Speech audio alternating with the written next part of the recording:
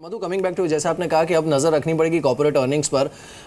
आखिरी सवाल होगा आपसे, क्या इस बजट के आधार पर आप एक रोड मैप ग्रोथ का क्रिएट होता देख रहे हैं, द सस्टेनेबल इकोनॉमिक ग्रोथ, जिसके आधार पर जो चैलेंजेस इकोनॉमी के सामने रही और मार्केट के लिए भी रही कि केपेक्स बढ़ नहीं रहा था, प्राइवेट इन्वेस्टमेंट बढ़ नहीं रहा था, डिमांड के ऊपर there was a cloud post demonetization, क्या इसे a step in the right direction उस लिहाज से कहा जा सकता है which can help the markets? आखिरी सवाल।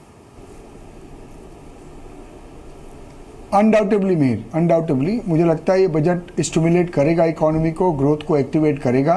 बाकी सब चीज़ें अपना रोल प्ले करना पड़ेगा। मार्केट्स अच्छे होंगे तो लोग कैपिटल भी रेज कर पाएंगे। तो बिकॉज मार्केट को बिना डिस्टर्ब किए हुए, अगर आपने देखा कि लास्ट ईयर भी काफ़ी सारी नई कंपनियां आई, काफ़ी सारी गवर्नमेंट ने लास्ट 5-6 हज़ार करोड़ रुपये रेज किया through the CPSC scheme. I think budget के आधार पे मैं बोल सकता हूँ ये डेफिनेटली इकोनॉमी के लिए पॉजिटिव है और अर्निंग ग्रोथ के लिए पॉजिटिव है। ठीक है, बहुत शुक्रिया आपका, बहुत बहुत शुक्रिया समय देने के लिए। इस बीच प्रभुदास लीलाधर से दिलीप भट्ट हमारे साथ बने हुए हैं। दिलीप, शुक्रिया आपका भी समय देने के लिए।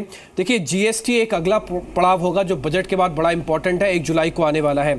सरकार FDI और FIPB को लेकर भी बड़े अनाउंसमेंट बजट में कर चुकी है। इस बजट को इन्हीं दोनों पे आप कैसे रेट करें, क्योंकि मार्केट ओरिएंटेड ये बजट कहीं ना कहीं दिख रहा है, बाजार को पसंद आ रहा है। देखिए, बाजार ने जिस तरह से गवर्नमेंट ने ये बजट को पेश किया है, उन्होंने बहुत सिंपल रखा है बजट को, और जो मेन कंसर्न्स है ग्रोथ एरियाज के और जहां पर जिससे मल्टीप्लायर इम्पैक्ट आ सकता है, वहां पर उन्होंने अच्छा प्रोनाउंसमेंट्स किए हैं।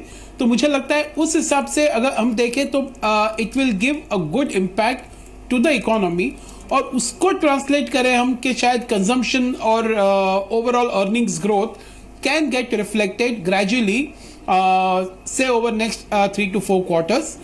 तो मुझे लगता है कि शायद ये पूरे को साथ में देखना चाहिए। और जैसे आपने कहा कि अभी GST का क्वेश्चन है, इट्स अ क्वेश्चन कि जरा थोड़ा बहुत आगे पीछे हो सकता है, लेकिन यहां से GST implementation will give a good push transparency and more important कि it will give good confidence to the overseas investor to start investing in India in a big way। और ये अच्छा खासा रेवेन्यू कलेक्शन भी मतलब करा सकता है। तो I think all this things indicates that we are moving in the right direction। This budget has given the right direction and we are taking progressively forward steps। बिल्कुल। राहुल अरोरा भी हमारे साथ बने। Rahul, quickly, do you see markets may be rallying up to 8900 और something, because जो negatives जिसका डर था मार्केट में वो नहीं हुआ, चाहे वो LTCG हो या फिर सर्विस टैक्स में बढ़ोतरी की बात हो, ये सारी चीज़ें नहीं हुई हैं। At least there is nothing negative for markets. देखिए, I think from a market standpoint the budget was a virtual non event, और जैसे आपने कहा कि क्योंकि कोई नेगेटिव न्यूज़ नहीं था इसलिए मार्केट उसको थोड़ा पॉजिटिवली ले रहा है। लेकिन आई थिंक एक हेडलाइन मेरे लिए था, वो था मार्केट का बोरोइंग नंबर। जिस तरह से 10 ईयर बॉन्ड यील्ड रिएक्ट कर रहा है, it's already down to about 6.37। That is indicating that the market PE should be somewhere around 15.5-16 times for FY18 on a 1 year forward basis, general thumb rule। ये budget देख के which is very high on intent, mind you, both on rural as well as on job creation and infrastructure spending, which is almost 4 lakh crores। I can't see how earnings will get a major fillip for FY18। मुझे इस budget के basis पे 15-17% earnings growth FY18 के लिए नहीं दिख रहा। हो सकता है market, because there was no negative, goes up to 88-8900, but that could be very dangerously close to making a top for the year. So I am actually a bit concerned with the way the market has moved up. आपका point valid है कि LTCG नहीं आया है, लेकिन bank recapitalisation का number भी काफी छोटा था, you know, and it's all good to talk about these projects, but I think at the ground level क्या इंप्लीमेंट होता है वो देखना बहुत जरूरी है। और मैं आपका इंटरव्यू सुन रहा था राहुल बजाज के साथ, जब आप जॉब लॉसेस की बात कर रहे थे, and it's not just demonetization। HDFC Bank has laid off 5% of its workforce। You know, automation is having a huge impact on job losses in the IT sector। ये सब consumption पे impact करेगा। तो it's all good to say that, you know, the budget has been presented, it is pro growth because these numbers are so large। पर इसका implementation किस हद तक होगा, I'm not too sure। The bond market is indicating that there could be a little bit of an upside in the equity market, but I don't see ये budget के basis पे मुझे वो 15-17% अर्निंग्स ग्रोथ अगले 1 साल तक, specially in the global backdrop. I think कल सुबह तक आप ये बजट भूल भी जाएंगे। It will be back to what Donald Trump is saying, what's happening in China। So just keep an eye on earnings and the global picture. I don't think there was anything major to take away from an earnings standpoint in this budget. बिल्कुल, लेकिन अभी in fact as mister Nirmal Jain joins us from IIFL, एक बड़ी breaking हमारे पास आ रही है कि जो ऑप्शंस पर प्रीमियम है उस पर STT 3 गुना कर दिया गया है, and this is part of the fine print, because पूरे टैक्स प्रस्ताव पढ़े नहीं फाइनेंस मिनिस्टर ने, और तब उन्होंने कहा था कि बाकी जो प्रस्ताव है उसे आप पैरा 3 में देख सकते हैं। तो ये पैरा 3 में से जो निकल कर आ रही हैं वो चीज़ें हैं। तो कुछ बड़े जो टेक अवेज हैं वो मैं आपको बता देता हूं। जो ऑप्शंस प्रीमियम है उस पर STT को 3 गुना कर दिया गया, और 3 लाख से ऊपर का जो भी कैश ट्रांजैक्शन होगा उस पर 100% पेनल्टी। ये दो इस समय की सबसे बड़ी खबर, 3 लाख के ऊपर का कैश ट्रांजैक्शन, इस पर 100% पेनल्टी, और ऑप्शंस के प्रीमियम पर STT को 3 गुना कर दिया गया है। हमारे साथ मिस्टर निर्मल जैन जुड़े हैं, उनके पास चलेंगे, लेकिन मार्केट अभी भी रेजिलियंस दिखा रहा है 8647 पर। मिस्टर आडवाणी, क्विकली आपका view, very quickly, then I will go to mister Nirmal Jain. But options premium पर STT 3 गुना कर दिया गया है।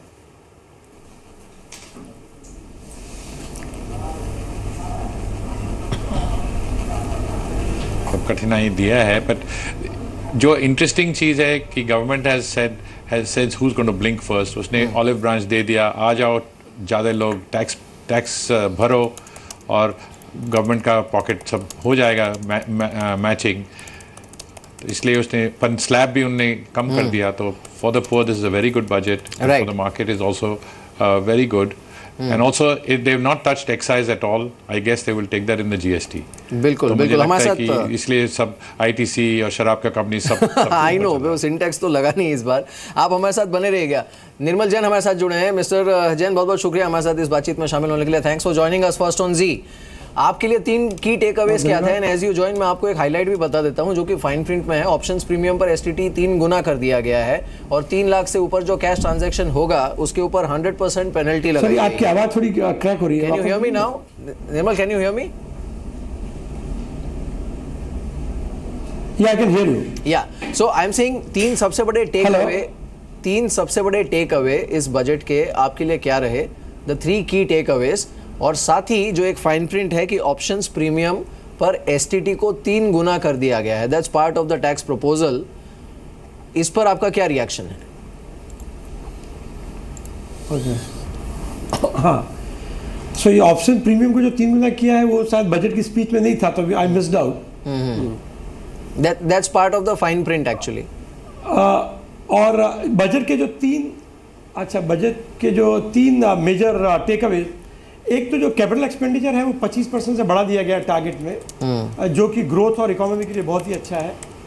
दूसरा, अफोर्डेबल हाउसिंग पे बहुत ही स्ट्रॉन्ग फोकस है, उसमें जो एरिया है उसे बढ़ा दिया गया है, इंफ्रा स्टेटस दे दिया गया है, टैक्स इंसेंटिव्स की जो कुछ ग्लिचेस थे वो हटा दिए गए हैं, और जो अफोर्डेबल हाउसिंग सेक्टर है उसका इकोनॉमी पे कैस्केडिंग इम्पैक्ट होता है, क्योंकि उससे एम्प्लॉयमेंट और बहुत सारे जो इनपुट सेक्टर्स हैं सबको बढ़ावा मिलता है। और जो तीसरी चीज़ है वो कि कैपिटल गेंस टैक्स को लेकर कोई छेड़छाड़ नहीं की गई, अल्दो कॉर्पोरेट टैक्स भी उन्होंने लिस्टेड कंपनीज के लिए कम नहीं किया, मगर कम से कम कैपिटल गेंस टैक्स को वही रहने दिया।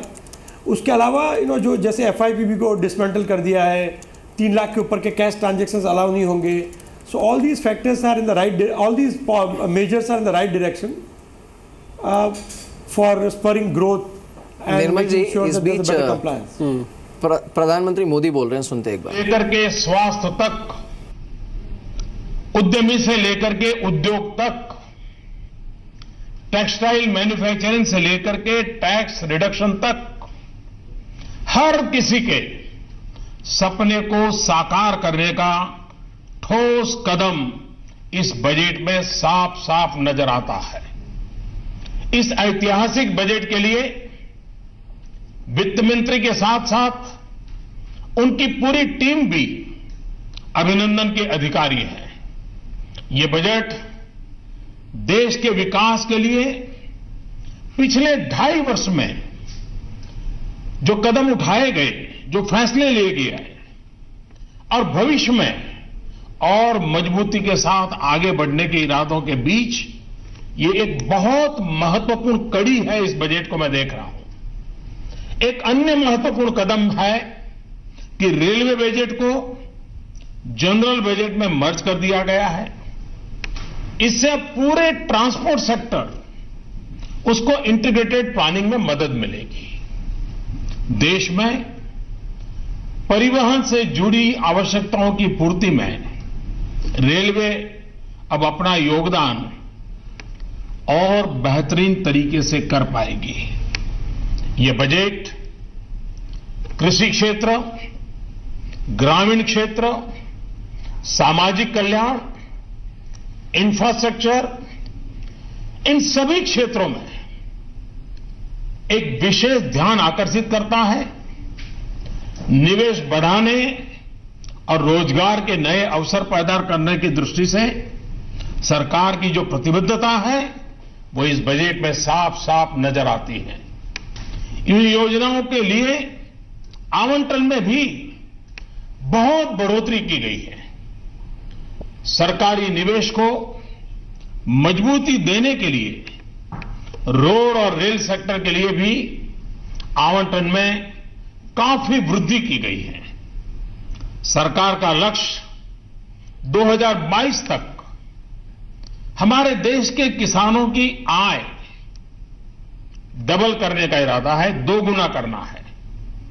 नीतियां एवं योजनाएं उसी प्रकार से तय की गई है। बजट में सबसे ज्यादा जोर इस बार भी किसान, गांव, गरीब, दलित, पीड़ित, शोषित उन पर केंद्रित किया है। Agriculture, animal husbandry, dairy, fisheries, watershed development, स्वच्छ भारत मिशन, ये सारे क्षेत्र ऐसे हैं जो गांव की आर्थिक स्थिति में बहुत बड़ा बदलाव भी लाएंगे और ग्रामीण जीवन जीने वाले लोगों के क्वालिटी ऑफ लाइफ में भी बहुत बड़ा बदलाव लाएंगे। बजट में रोजगार बढ़ाने पर भी भरपूर जोश दिया गया है। नौकरी के लिए नए अवसर पैदा करने वाले सेक्टर, इलेक्ट्रॉनिक्स मैन्युफैक्चरिंग, टेक्सटाइल, उसको विशेष राशि दी गई है।